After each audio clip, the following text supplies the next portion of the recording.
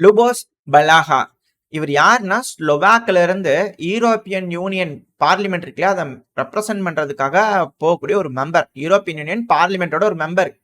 ஸ்லோவாக்கா நாட்டுல இருந்து போகக்கூடிய ஒரு நபர். இவருக்கு வந்து பயங்கரமான கோவம் வந்துருச்சு. அதனால என்ன பண்ணிட்டாரு, வண்டி எடு நம்ம ரஷ்யாக்கே போயிடலாம், என்ன ஏதுன்னு பார்த்துருந்தாலும் அப்படின்னு ரஷ்யாக்கே போயிருக்கிறார். போனவரு அங்க இருக்கிற ரெட் ஸ்கொயர்ல இறந்து போன ரஷ்யர்களுக்கு அஞ்சலி செலுத்திட்டு அங்க இருக்கக்கூடிய ரஷ்யர்கள் கிட்ட மன்னிப்பு கேட்டு வந்துக்கிறார். எதுக்கு அப்படின்னா யூரோப்ல இருக்கிற பூரா பாசிஸ்டுங்க, சும்மா சண்டை சண்டை அக்ரஷன் காமிச்சிட்டே இருக்கிறாங்க ரஷ்யா கிட்ட, தேவையே இல்லாம யுக்ரைனுக்கு உதவுறேன்னு சொல்லிட்டு. அதனால மன்னிச்சிருங்க எங்களைய, என்னோட மனமார்ந்த மன்னிப்புகளை ஏத்துக்கோங்க அப்படின்னு ரஷ்யாக்கே போய் கேட்டு வந்துக்கிறான்னா என்னம்மா சொல்றது யூரோப்பியன் யூனியன் தெரியல. பட் ஆனா யூரோப்பியன் யூனியன்ல எந்த மாதிரியான பிளவுகள் இருக்கு அப்படிங்கிறது இதுல இருந்து நம்மளால புரிஞ்சுக்க முடியுது. ஸோ இது எடுத்து ஓரமா வச்சிடலாம். இப்போ அடுத்து உக்ரைனுக்கு இருக்கக்கூடிய கவலைகள், இது போல பல நாடுகள் ரஷ்யாக்கே போக ஆரம்பிச்சிட்டாங்க, டைரக்டா கான்டாக்ட் வச்சுக்க ஆரம்பிச்சிட்டாங்க அப்படிங்கிறது ஓகே. ஆனா இப்ப கவலைகள் உக்ரைனுக்கு என்னென்னலாம் இருக்குன்னா, மால்டோவால எலெக்ஷன் வருது, ஜார்ஜியால எலெக்ஷன் வருது, போலாண்ட்ல வருது, பக்கத்துல இருக்கிற லுத்தியானியால வருது. எல்லா பக்கத்துல எலெக்ஷன் வருது, எல்லா பக்கத்துலயும் கட்சி கிச்சி மாறிட்டாங்கன்னா என்ன பண்றது அப்படிங்கிறது போல அடிவேறு வேற கலக்கிட்டு இருக்குது. ஏன்னா இப்போ கொளுத்துன்னு கொளுத்திட்டு இருக்கிறாங்க ரஷ்யா தரப்புல. அது நேத்திக்கெல்லாம் வந்து பாத்தீங்கன்னா அக்டோபர் 14ஆம் தேதி, அக்டோபர் 13, 14 இந்த டைம்ல ஒரு நாள்ல மட்டும் கடந்த 24 மணி நேரத்துல மட்டும் 100க்கும் மேற்பட்ட ஏர் ஸ்ட்ரைக் ரஷ்யா தரப்புல செஞ்சிருக்கிறாங்க. அதாவது குண்டுகளை மலை போல் பொழிந்திருக்கிறார்கள் ரஷ்யர்கள் அப்படிங்கிற மாற்று கருத்தே இல்ல. அதுவும் குறிப்பா எங்க இருந்து வரலாம்னா ஒடசா பகுதியில இருந்து வந்துடலாம். ஒடசால வந்து பாத்தீங்கன்னா ஒரு காஃபி மிஷின், அந்த சிசிடி கேமரா ஃபுட்டேஜ் தான் அது.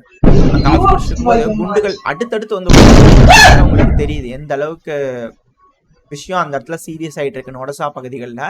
செகண்டரி டிட்டனேஷன் கேக்குது. அந்த வீடியோவை நான் லோட் பண்ணி காட்டுறதுக்கு அதுக்கு தான் செகண்டரி டிட்டனேஷன் கேக்குது. அதாவது முதல்ல ஏர் ஸ்ட்ரைக் 2 தடவை நடக்குது, அதுக்கப்புறமா மிக பெரும் வெடி விபத்து நடக்குது. ஸோ செகண்டரி டிட்டனேஷன் நடக்குதுன்னா அங்க ஆயுத குடோன் இருந்திருக்கு அப்படிங்கிற புரிஞ்சுக்க முடியுது.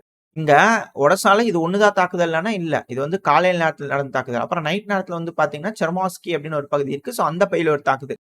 சரி, இங்க மட்டும்தான் பெருமளவுல தாக்குதல்னா அதுக்கும் சைட்ல வீடியோ பதிவுகளோட இருக்கு. என்னமோ எரியுது அப்படிங்கிறது போல வீடியோ பதிவுகள் லோக்கல் சோர்ஸ் தரப்புல இருந்து வந்து பாத்தீங்கன்னா கொடுத்துருந்தாங்க. இதுக்கு டைட்டில் அப்படிதான் வச்சிருந்தாங்க. அடுத்து வந்து பாத்தீங்கன்னா மிக்கலைவுக்கா. இந்த மிக்கலைவுங்கிறது கெர்சன் பகுதிக்கு கொஞ்சம் மேல இருக்கக்கூடிய பகுதி. இந்த பகுதியில ஒரு ஹோட்டல் இருந்திருக்கு. மேற்குல இருந்து யாரும் வந்திருக்காங்க அப்படிங்கிற ரஷ்ய தரப்பு சொல்றாங்க. போட அங்க வச்சுக்கலாம், அந்த ஹோட்டல் வேண்டாம் அப்படிங்கிறது ரஷ்ய தரப்புல முடிவு பண்ணிட்டாங்களா என்னன்னு தெரியல. காலையில வந்து பார்க்கும்போது ஹோட்டல் இல்ல, ஃபுல்லா கிளீனா இருக்குது.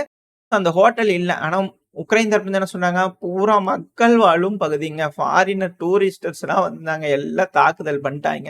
என்ன சொல்றது இந்த நாட்டுக்கு, கண்டாம் பண்ணுங்க ரஷ்யா அப்படிங்கிறது போல கடுமையான கண்டனங்கள் சொல்லிக்கிறாங்க.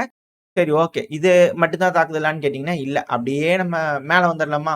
மேல வந்தோம் எங்க அப்படின்னா கெர்சன் பகுதி. கெர்சன் பகுதியில ஒரு கிரிட்டிக்கல் இன்ஃப்ராஸ்ட்ரக்சர், மக்கள் பயன்படுத்தக்கூடிய ஒரு மிக முக்கியமான ஒரு பகுதி. ஸோ அந்த பகுதியில ஒரு தாக்குதல் பண்ணிட்டாங்க, என்னமோ எரியுது அப்படிங்கிறது போல இந்திய டைட்டில் வச்சு உக்ரைன் தரப்புல தான் ரிலீஸ் பண்ணாங்க. ஸோ அந்த ஒரு வீடியோ பதிவு தான் வந்திருந்தது. சைடுல லோட இருக்குது. கெர்சன் பகுதியில் நடந்த தாக்குதல். இதெல்லாம் தான் தாக்குதலான்னு கேட்டீங்கன்னா இல்ல. இதுக்கப்புறம் இன்னொரு மிக பெரும் தாக்குதல் நடந்திருக்கு. ஆஸ்பத்திரி மேல தாக்குதல் பண்ணாங்க ரஷ்யா. என்னங்க ரஷ்யா, நீங்க சும்மா ஹோட்டல்ல அடிக்கிறீங்க, ஆஸ்பத்திரியில அடிக்கிறீங்க, இதெல்லாம் நியாயமா அப்படிங்கிறது நம்மளுக்கே கேட்க தோணுது. ஆனா பக்கத்துல உக்ரைனியன்ஸ் அங்க இருக்கக்கூடிய லோக்கல்ஸே ரஷ்யாவுக்கு ஃபேவரா வீடியோ பதிவுகள் இந்த இமேஜஸ் எல்லாம் எடுத்து விட்டாங்கன்னா எப்படி? ஏன்னா உக்ரைன்ல இருக்கக்கூடிய குராவ்ஸ்கி சைட்ல லோட் ஆயிருக்க இமேஜஸ் பாத்தீங்கன்னாலே தெரியும். இந்த குராவ்ஸ்கி ஆஸ்பத்திரி வந்து பாத்தீங்கன்னா பயங்கரமா அடி வாங்கியிருக்கு, மாற்று கருத்தே இல்ல. கண்டாம் பண்ணிடணும் ரஷ்யாவை, ஃபர்ஸ்ட் கண்டாம் பண்ணிடலாம். அடுத்தது வந்து பாத்தீங்கன்னா என்ன நடந்திருக்குன்னா, இந்த குராவ்ஸ்கி பக்கத்துல, இந்த ஆஸ்பத்திரி பக்கத்துல வந்து பாத்தீங்கன்னா பங்கரை கட்டி வச்சுக்கிறாங்க. எதுக்கா இங்க பங்கர்? யாருக்கா இந்த பங்கரை ஆஸ்பத்திரி பக்கத்துல கட்டிக்கிட்டீங்க? அப்ப அந்த ஆஸ்பத்திரி எதுக்காக பயன்படுத்திட்டு இருந்தீங்க அப்படிங்கிற கேள்வி ரஷ்ய தரப்பு வந்து ஈஸியா எடுத்து வச்சுக்கிறாங்க. பங்கருங்கிறது நம்மளுக்கு அந்த கான்கிரீட் தெரியுது இல்லையா? சோ இது போல பல விஷயங்கள் அந்த பகுதியில தென்படுது. அதனால நாங்க அடிச்சோம் அப்படிங்கிற ரஷ்யா சொல்றாங்க. இதுக்கு ஆதாரங்கள உக்ரைனியன்ஸ் எடுத்து குடுத்தாங்கன்னா எப்படி அப்படிங்கிற போல கேள்விகள் வருது. பட் எது எப்படியோ இது போல பல விஷயங்கள் வருது. ப்ரொபகண்டாவா கூட இருக்கலாம். நீங்க தான் அலசி ஆராய்ஞ்சு சரியா தப்பா அப்படிங்கறத எடுத்துக்கணும் இல்லையா? அடுத்தது குப்பியான்ஸ்க். குப்பியான்ஸ்க்ல ரஷ்ய தரப்பு வந்து ஏர் ஸ்ட்ரைக் பண்ணிக்கிறாங்க. அங்க அதிகமான உக்ரைனியர்களோட நடமாட்டம், ஆயுதங்கள் வச்சிருந்தாங்க. தெரிஞ்சுக்கிட்டு ஏர் ஸ்ட்ரைக் பண்ணிட்டோம் அப்படிங்கிறது போல அவங்க தரப்பு வந்து வீடியோ பதிவுகள். சோ இது எல்லாமே மிக முக்கியமான பகுதிகள். கெர்சன், குப்பியான்ஸ்க், மிக்கலைவ்கா, ஒடசா எதையுமே விட்டு வைக்கல. 100 ஸ்ட்ரைக் ரஷ்ய தரப்பு வந்து ஒரு நாள் அடிச்சிருக்காங்கன்னா எந்த அளவுக்கு உக்ரைனுக்குள்ள வேலைகள் நடந்திருக்கும் அப்படிங்கறத நம்மளால புரிஞ்சுக்க முடியுது. சோ மிக பெரும் ஆக்டிவிட்டி உக்ரைனுக்குள்ள நடக்குது. அதுவும் பல ஏர்பேஸ், இப்ப வரக்கூடிய தகவல்னா பல ஏர்பேசஸ்ல ரஷ்யா தாக்குதல் பண்ணிருக்காங்க. இது கூடயே உக்ரைனோட டெலகிராம்ல எடுத்து பாத்தீங்கன்னா நாங்க எண்ணி பார்த்தோங்க.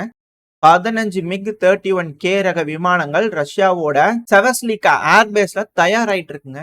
உக்ரைனோட டெலகிராம்ல எடுத்து பாத்தீங்கன்னா ஏர் ரைடு இங்க, ஏர் ரைடு அங்க, இந்த மாதிரி தாக்குதல் நடந்துருச்சு அப்படிங்கிறது போல வந்துட்டே இருக்குது. ரஷ்ய தரப்பு வந்து பார்த்தீங்கன்னா பர்ஃபெக்ட் ஹிட் யூஎம்பிகே அட்டாக்னு நேத்திக்கலாம் பார்க்கவே முடியல. அது இப்போ வரைக்கும் தொடர்ந்து அலறவ சத்தமா வந்துகிட்டு இருக்கு. பயங்கரமான இன்டென்ஸான ஃபைட் ஏர் ரைடு இந்த டைம் பீரியட்ல நடந்துட்டு இருக்கு. இப்போ வரைக்கும் இந்த 2-3 வருஷமா நடந்த ரஷ்யா உக்ரைன் பிரச்சனையிலேயே இப்போ பயங்கரமான இன்டென்ஸான தாக்குதல்கள் உக்ரைனுக்குள்ள நடக்குது அப்படிங்கிற மாற்று கருத்தே இல்ல. காரணம் என்னன்னா விக்டரி பிளான உக்ரைனோட அதிபரான ஜெலன்ஸ்கி அவர்கள் எப்போ படிக்கிறாரோ, அது எப்போ நடக்குதோ, அதுக்கப்புறம் இது எல்லாமே ட்ரைலர் தான், மிக பெரும் அளவுல வெடிக்கும் அப்படிங்கிறது போல பல அனலிஸ்ட் தரப்புல இருந்து கருத்துக்கள் இருக்கு.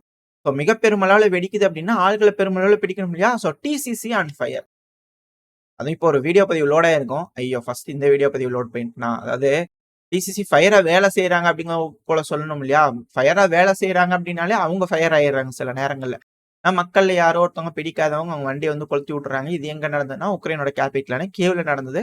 வண்டி நிப்பாட்டிக்கிறாங்க, கொளுத்தி விட்டாங்க. ஸோ அந்த அளவுக்கு ஃபயரா டிசிசி வேலை செஞ்சுக்கிறாங்க அப்படிங்கிறத புரிஞ்சுக்க முடியுது. ஏன் அப்படின்னா பெட்ரோல் ஸ்டேஷன்ல நிக்க முடியல, எங்கேயுமே போனோம், ஒரு ஃபங்க்ஷனுக்கு போக முடியல. அதுவும் நம்ம முன்னாடி வீடியோ பதிவுகளா பார்த்திருந்தோம். முதல்ல இந்த மயானத்துக்கு போனா கூட புடிச்சிட்டு போயிடுறாங்க அப்படிங்கிறது போல. அது கீழே சிலர் எல்லாம் காமெடியா கூட டைப் பண்ணியிருந்தாங்க.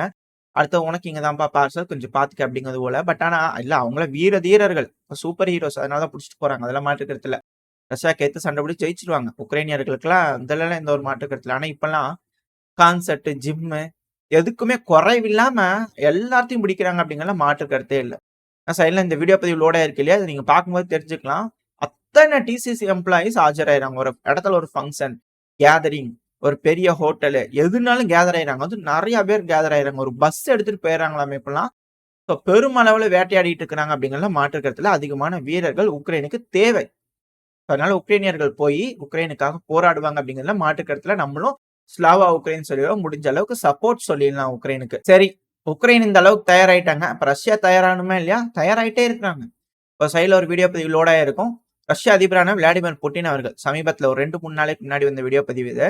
ரஷ்யால ஒரு ட்ரோன் ப்ரொடக்ஷன் ஃபெசிலிட்டிஸ்லாம் இருக்கு இல்லையா? ஸோ அவங்கள வந்து ஒரு எக்ஸிபிஷன் மாதிரி போட்டிருக்காங்க. இப்போ அதுக்கு வந்து ரஷ்ய தரப்பு வந்து போய் விளாடிமிர் புட்டின் அவர்கள் வந்து அதை பார்த்து பார்வையிட்டு எல்லாத்தையும் கன்கிராச்சுலேட் பண்ணிக்கிறாரு. அதுவும் குறிப்பா இந்த வீடியோல இருக்கக்கூடிய ஒரு நபர் இருக்கிறாலே அவர் செய்யக்கூடிய ட்ரோன்கள் பெருமளவுல களத்துல வந்து கை கொடுக்குதுங்க அப்படிங்கிறது போல சில பல வீடியோ பதிவுகள்லாம் போட்டு இவரோட வீர தீர சாகசங்களை சொல்லியிருந்தாங்க. ட்ரோன்கள் எப்படி வேலை செய்யுதுன்ட்டு.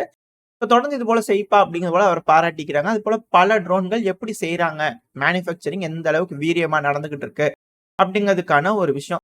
இது ஒன்ன மட்டும் எடுத்து வந்து பேசணும்னா ப்ரொபகண்டாவா இருக்கும் அப்படிங்கிற யோசிச்சுட்டு இருந்தேன். பட் ஆனா இப்போ அடுத்து பேக் டு பேக் இன்னைக்கு அக்டோபர் 15 இப்போ ஒரு வீடியோ பதிவு வந்திருக்குது. இந்த வீடியோ பதிவுல வந்து பார்க்கும்போது ஃபுல்லா 3D பிரிண்டிங். அந்த வீடியோலக்கெல்லாம் கொஞ்சம் கொஞ்சம் பெரிய ட்ரோன்கள், சில பல ஆயுதங்கள் அடிக்கிறதுக்கு, இல்ல ஏதோ ஒரு இன்ஃப்ராஸ்ட்ரக்சர் அடிக்கிறது, அது போல விஷயங்களுக்கு அது போல ட்ரோன்களை யூஸ் பண்ணலாம். ஆனா இப்போ பார்க்கறதெல்லாம் FPV ட்ரோன்கள். பெருமளவுல வீரர்களுக்கு உதவியா இருக்கிறது இந்த FPV ட்ரோன்கள் தான். அதுவும் உளவு வேலை பார்க்கறதா இருக்கட்டும், இல்ல எதிரிகளோட நடமாட்டங்களை தெரிஞ்சுக்கிறதுக்கா இருக்கட்டும், இல்ல எதிரிகளோட அட்வான்ஸ்மெண்ட்டை தெரிஞ்சுக்கிறதா இருக்கட்டும், இருதரப்புலையுமே ரஷ்யாக்கும் சரி உக்ரைனுக்கும் சரி பெருமளவுல உதவுவது இந்த FPV ட்ரோன்கள் தான்.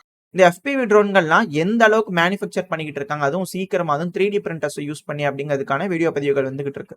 ஸோ பெருமளவுல தயார் ரஷ்ய தரப்புலையும் ஆயிட்டு இருக்காங்க அப்படிங்கிறத மாற்று கருத்துல. சரி, FPV ட்ரோன்கள்னாலே இப்பெல்லாம் வந்து வயர்லெஸ் எல்லாம் வேஸ்ட் ஆயிடுச்சு. இப்பெல்லாம் ஒயர்டு தான். அதுவும் இந்த ஃபைபர் ஆப்டிக்ஸ் ட்ரோன்லாம் வந்து பாத்தீங்கன்னா வேற லெவல் ட்ரோன்கள். இப்ப அதுவும் பெருமளவுல ப்ரொடக்ஷன் போயிட்டு இருக்கு அப்படிங்கிற போல ரஷ்ய தரப்புல இருந்து வீடியோ பதிவுகள் வந்துகிட்டு இருக்கு. இந்த ஃபைபர் ஆப்டிக்ஸ் பொறுத்த வரைக்கும் அந்த கண்ட்ரோலர்ல வந்து பாத்தீங்கன்னா அந்த ஒரு ட்ரோனோட ஒரு எண்ட்ல வந்து பாத்தீங்கன்னா ஒரு கேபிள் மாதிரி இருக்கு. அதை கனெக்ட் பண்ணிட்டீங்க அப்படின்னா அந்த ஃபைபர் ஆப்டிக்ஸ் அந்த ரோல் மாதிரி இருக்கு இல்லையா? அது கொஞ்சம் சுத்தி வச்சிருக்காங்க. ஸோ 10 கிலோமீட்டர் வரைக்கும் ரேஞ்ச் கொடுக்கும் அப்படிங்கிற சொல்லப்பட்டு வருது. ஸோ பெருமளவுல களத்துல வந்து பாத்தீங்கன்னா துல்லியமான தாக்குதல் கொடுக்கறதுக்கு, அந்த கடைசி ஹிட் வரைக்கும் கிளியரான இமேஜ் கொடுக்கறதுக்கு ரஷ்யர்களுக்கு ரொம்ப அதிகமா உதவியா இருக்கு இந்த வகையான ஃபைபர் ஆப்டிக்ஸ் ட்ரோன்கள். இதுல வந்து பல விதமான கொஸ்டின்ஸ் இருந்தது. இது போல ஃபைபர் ஆப்டிக்ஸ் ட்ரோன்லாம் யூஸ் பண்ணும்போது மரத்தோட கிளைகள்ல மாட்டிக்கிறது, இது போல விஷயங்கள்லாம் இருக்கு இல்லையா? எப்படி யூஸ் ஆகும்? ஒயர் இருக்கும்போது அது எங்கேயாவது மாட்டிக்கும் இல்லையா? அப்படிங்கிறது போல கேள்விகள் இருந்தது. ஆனா இப்போ ரஷ்யர்கள் ஃப்ரண்ட் லைன்ல யூஸ் பண்றதுனால பெருமளவுல கை கொடுக்குது அப்படிங்கிற சொல்லப்பட்டது பல வீடியோ பதிவுகள் வந்துகிட்டு இருக்கு. எல்லாத்தையும் நம்ம மேப் வீடியோல அடுத்தடுத்து பார்க்க ஆரம்பிச்சிடலாம். பட் ரஷ்யாவும் பெருமளவுல தயாராகுறாங்க, உக்ரைனும் தயாராகுறாங்க, மேற்குலக நாடுகளும் தயாராகுறாங்க அப்படிங்கிற மாற்று கருத்துல. இதுக்கப்புறம் என்ன மாதிரியான செய்திகள் வரப்போகுது, இதுக்கப்புறம் களம் ஏதாவது மாற்றம் அடையுமா அப்படிங்கிற எல்லாத்தையும் தொடர்ந்து தெரிஞ்சுக்க நம்ம சேனலை வந்து சப்ஸ்கிரைப் பண்ணிக்கோங்க. ஏன்னா இது போல தொடர்ந்து பதிவுகள் வந்துகிட்டே இருக்கும். உங்களோட அன்பும் ஆதரவு எனக்கு இருந்துச்சுன்னா இது போல பதிவுகள் அதிக அளவுல போட முடியும். பலருக்கும் இது போல வீடியோ பதிவுகள் யூடியூப் கொண்டு போய் காட்டும். எனக்கா இந்த உதவிய செய்வீங்கன்ற நம்பிக்கையில இந்த பதிவ நான் முடிச்சுக்கலாம். இந்த பதிவு நல்லா இருக்குன்ற நம்பிக்கையில அடுத்த பதிவுல உங்கள சந்திக்கிறேன். அதுவரைக்கும் ஸ்டே சேஃப். By by.